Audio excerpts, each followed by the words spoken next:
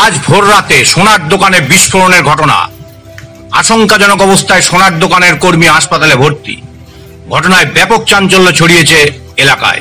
ঘটনাটি ঘটেছে নদিয়ার কালীগঞ্জ থানার দেবগ্রাম এলাকায়। দেবগ্রাম এলাকায় পর পর বেশ কয়েকটি সোনার দোকান রয়েছে। প্রতিদিনের মতো এক সোনার দোকানের কর্মী রাতেও দোকানের ভেতরে কাজ করছিলেন। আর ঠিক আজ ভোর রাতে হঠাৎ বিকট আওয়াজ শুনতে পায় এলাকাবাসী।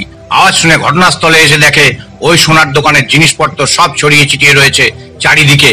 অন্যদিকে রক্তাক্ত অবস্থায় পড়ে রয়েছে ওই সোনার দোকানের কর্মী। এরপর এলাকাবাসী উদ্ধার করে তাকে শান্তিপুর জেলা হাসপাতালে চিকিৎসার জন্য নিয়ে আসে। বর্তমানে শক্তিনগর জেলা হাসপাতালে চিকিৎসাধীন ওই ব্যক্তির নাম শহীদুল শেখ, যে দীর্ঘদিন ধরে ওই দোকানে কর্মচারী হিসেবে কাজ করতেন। অন্যদিকে খবর পেয়ে ঘটনাস্থানে আসে কালীগঞ্জ থানার পুলিশ।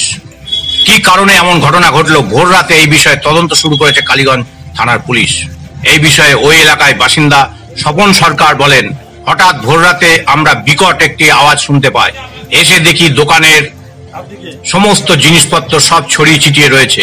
পাশাপাশি ওই দোকানের কর্মচারী শহীদুল শেখ রক্তাক্ত অবস্থায় পড়ে রয়েছে দোকানের মধ্যে। এরপর আমাদের পক্ষ থেকে অ্যাম্বুলেন্সে করে হাসপাতালে নিয়ে যাওয়া হয়। বিস্ফোরণ, সিলিন্ডার ফেটে বিস্ফোরণ ঘটেছে বলে সূত্রের খবর। নদিয়া থেকে সুব্রত কুমার চ্যাটার্জি রিপোর্ট, snewsbangla.com। দোকানের শাটার টাটার সব উড়ে গেছে। এবার আসলাম, এসে তখন ওকে শক্তিনগরে নিয়ে গেল, ওকে অ্যাম্বুলেন্সে করে। আমাদের পাশের দোকানদার কামু এবার নিয়ে যাওয়ার পর তারপরে আমাদের শাটার খুলছে না, তখন ওই দিয়ে খুললাম। খোলার পর দেখলাম যে আমার কাঁচ টাচ যা আছে সব ভেঙে সব টুকরো টুকরো। কি নাম আপনার?